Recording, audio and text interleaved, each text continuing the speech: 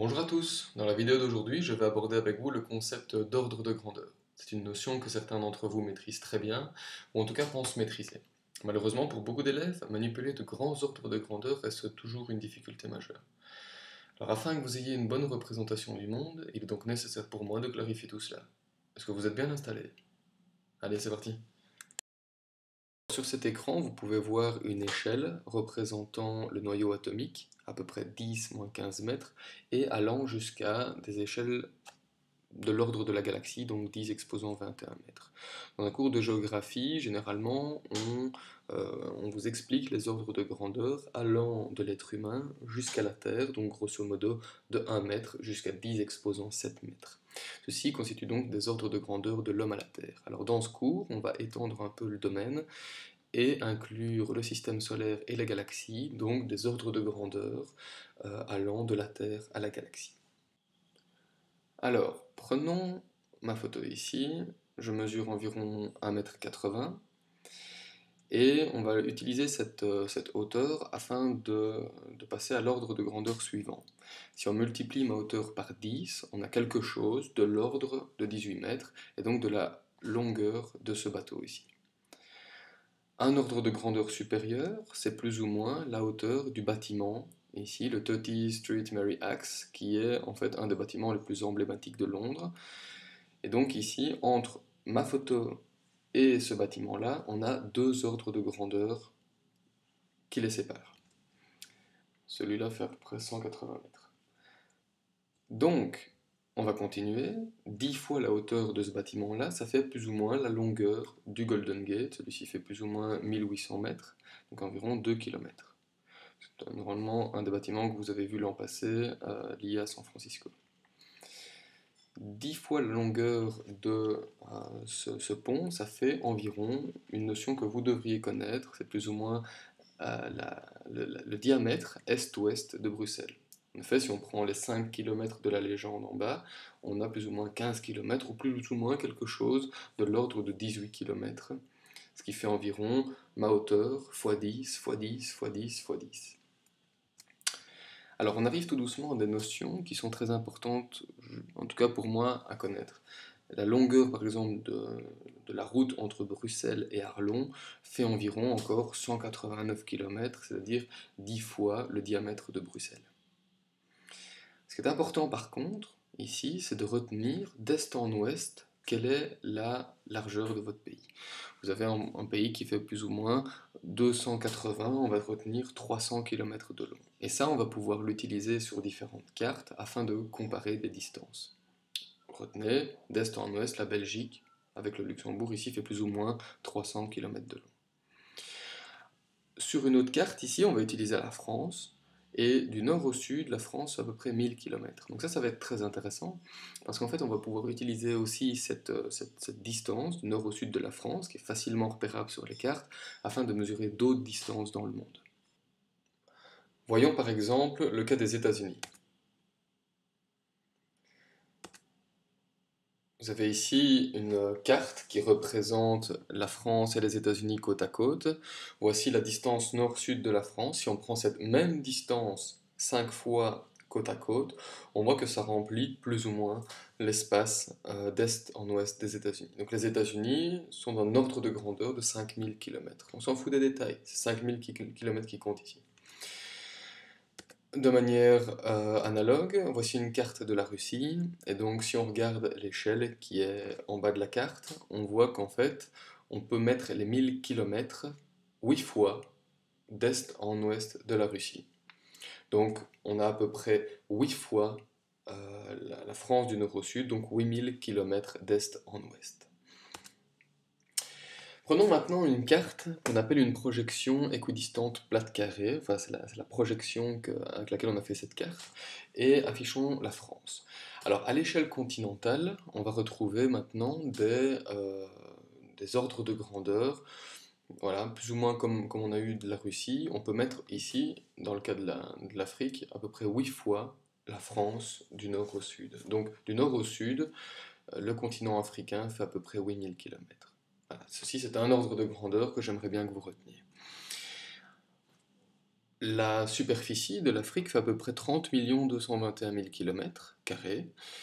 Si on compare à celle de la Belgique, qui est représentée ici à l'échelle en bas de la carte, eh bien on peut voir que celle-ci fait à peu près 1000 fois celle de la Belgique. Belgique, 30 528 km² à peu de choses près. Elle fait en fait deux fois, donc la superficie de l'Afrique fait à peu près deux fois celle de la Russie, qui est à peu près de 17 millions de km².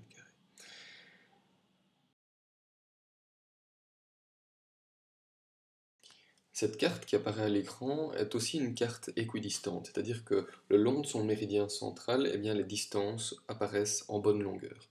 Elle va nous être très utile pour calculer la distance du pôle nord au pôle sud. En effet, regardez sur cette carte, la double flèche rouge représente du nord au sud l'Afrique, donc les 8000 km que l'on connaît déjà. Et nous, ce qu'on veut absolument savoir, c'est la flèche verte, donc qui correspond à la distance d'un pôle à l'autre. Donc 8000 km, on va devoir multiplier cette distance-là par 2,5 fois pour nous donner cette distance du pôle nord au pôle sud. Ça fait environ 20 000 km, donc ça je pense que 8000 fois 2,5 c'est pas très compliqué, 20 000 km, et c'est ce qu'on va appeler la distance de pôle à pôle. Cette distance va nous être très utile car en fait elle va nous permettre de connaître la circonférence terrestre. Donc si vous faites le tour de la Terre, combien de kilomètres vous allez faire? Eh bien c'est très simple, 40 000 kilomètres. C'est deux fois la distance d'un pôle à un autre. Alors pour ceux qui ne visualisent pas très bien, vous pouvez voir ici un globe en trois dimensions où vous voyez les méridiens évoluer le long de la Terre.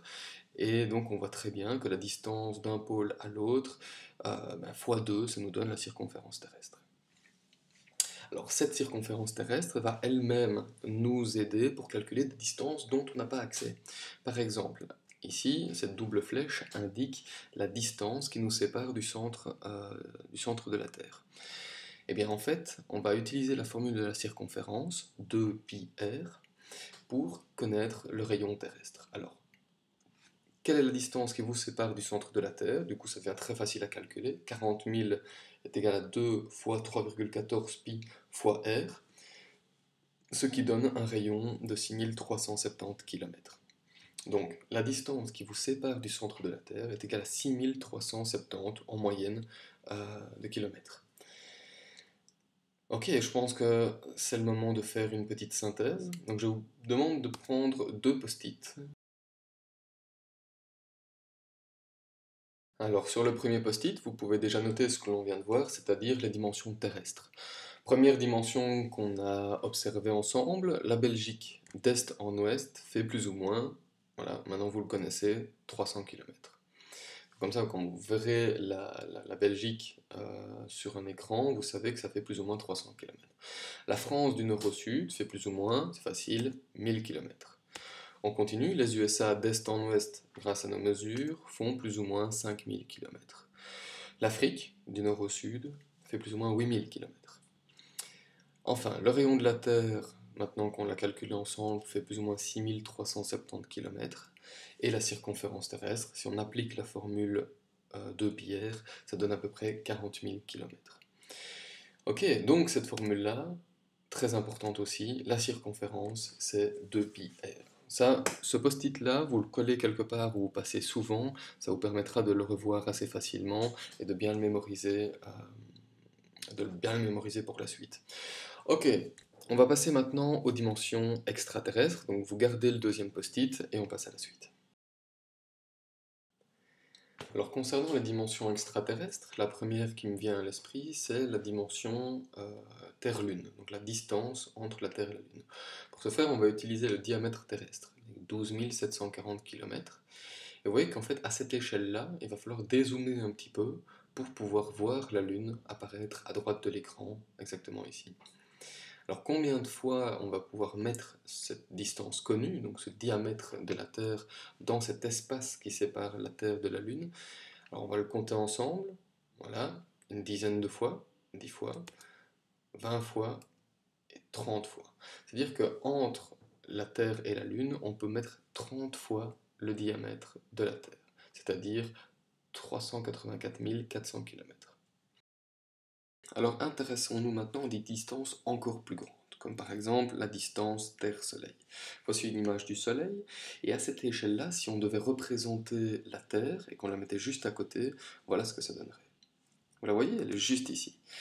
En gros, le diamètre solaire fait environ 1 391 000 km, c'est-à-dire environ 110 fois le diamètre de la Terre, qu'on a vu, donc 12 740 km.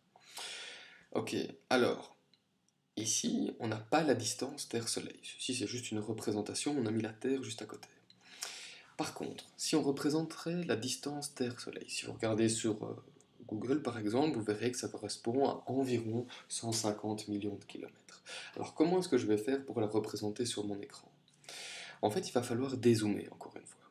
Si on dézoome et qu'on met le Soleil à environ 10 pixels de large, donc 10 pixels de diamètre, donc on connaît le diamètre du Soleil, on connaît la distance Terre-Soleil, et bien on va donc voir combien de fois il va falloir mettre le diamètre du Soleil dans cette distance. Un petit calcul, on voit que ça correspond à 107 fois. C'est-à-dire qu'il faut 107 diamètres solaires pour remplir l'espace entre la Terre et le Soleil. Donc en gros, il faut que je trace une ligne de 1070 pixels pour représenter cette distance. Bien sûr, représenter la Terre à cette échelle-là serait ridicule, elle ne ferait que quelques millièmes de pixels. Par contre, une autre propriété qui est très intéressante, c'est la vitesse de la lumière sur des distances telles que celle-là. La vitesse de la lumière fait environ 300 000 km par seconde, c'est-à-dire environ 1 milliard 80 millions de km/h, si vous faites le calcul. Et donc en une seconde, la lumière va faire 7 fois et demi le tour de la Terre, c'est-à-dire 300 000 divisé par 40 000 km. Ça va? La circonférence terrestre, 40 000 km.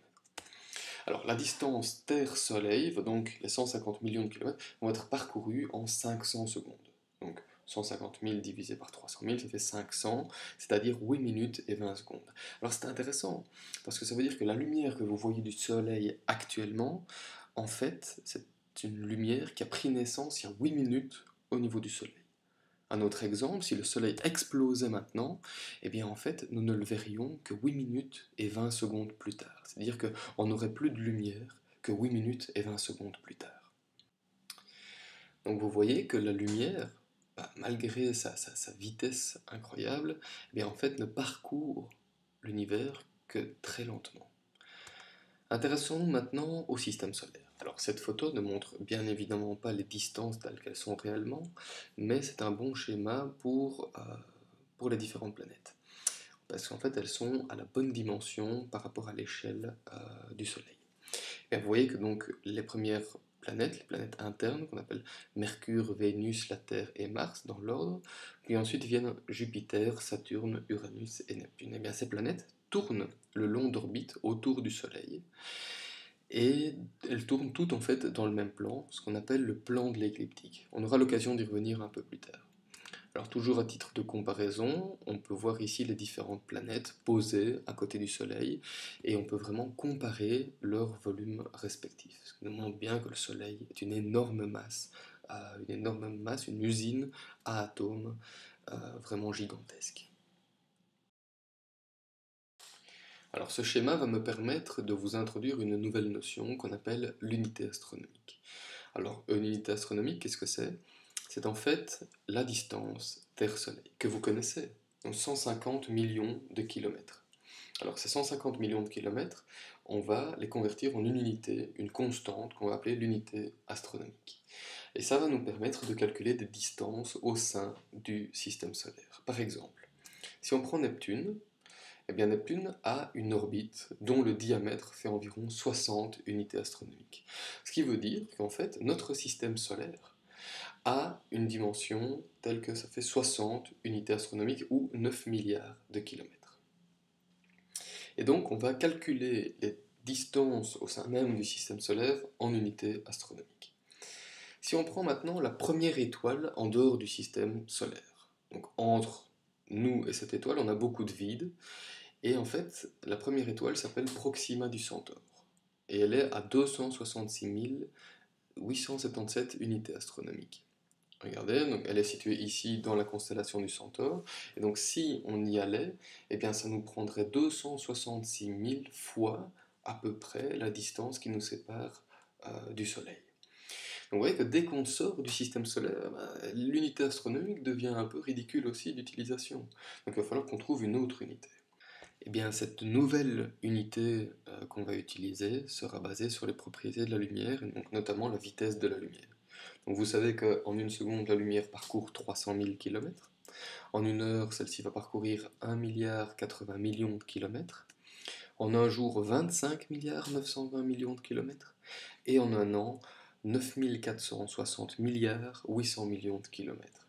Eh bien, c'est cette distance-là qui nous intéresse, et c'est ce qu'on va appeler une année-lumière, qui est bien une unité de distance, et pas une unité de temps, comme son nom pourrait l'indiquer. Alors on va l'appliquer tout de suite à Proxima du Centaure, qui, je vous le rappelle, est à 266 877 unités astronomiques, qu'on va transformer directement en kilomètres, en multipliant par 150 millions, ce qui nous donne ceci.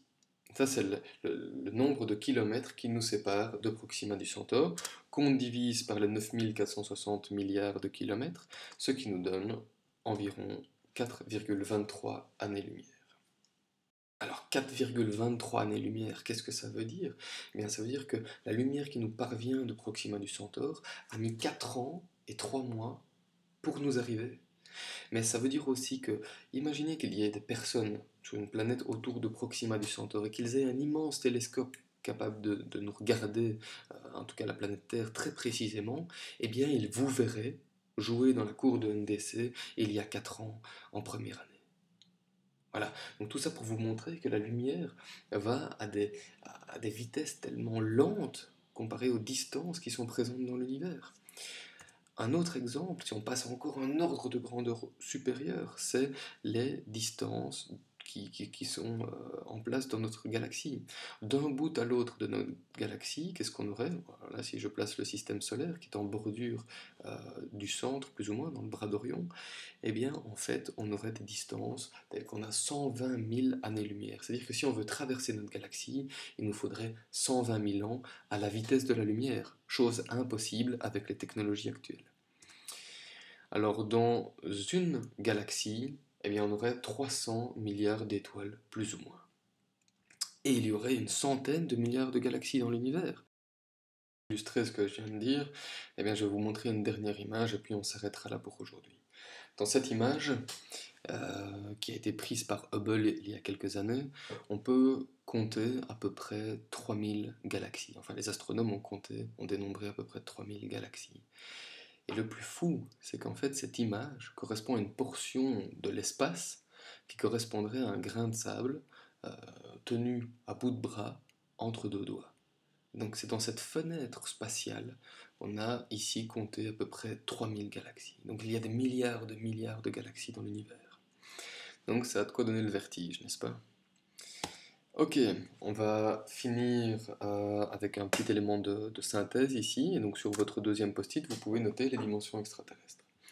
Qu'est-ce qu'on a vu? Que la distance Terre-Lune, c'est à peu près 30 fois le diamètre de la Terre, que la distance Terre-Soleil, c'est environ 150 millions de kilomètres, c'est ce qu'on appelle une unité astronomique, que la vitesse de la lumière fait à peu près 300 000 km par seconde, c'est-à-dire qu'en une seconde, elle fait 7 fois et demi le tour de la Terre, ou qu'en 8 minutes, eh bien, elle parcourt la distance qui nous sépare du Soleil.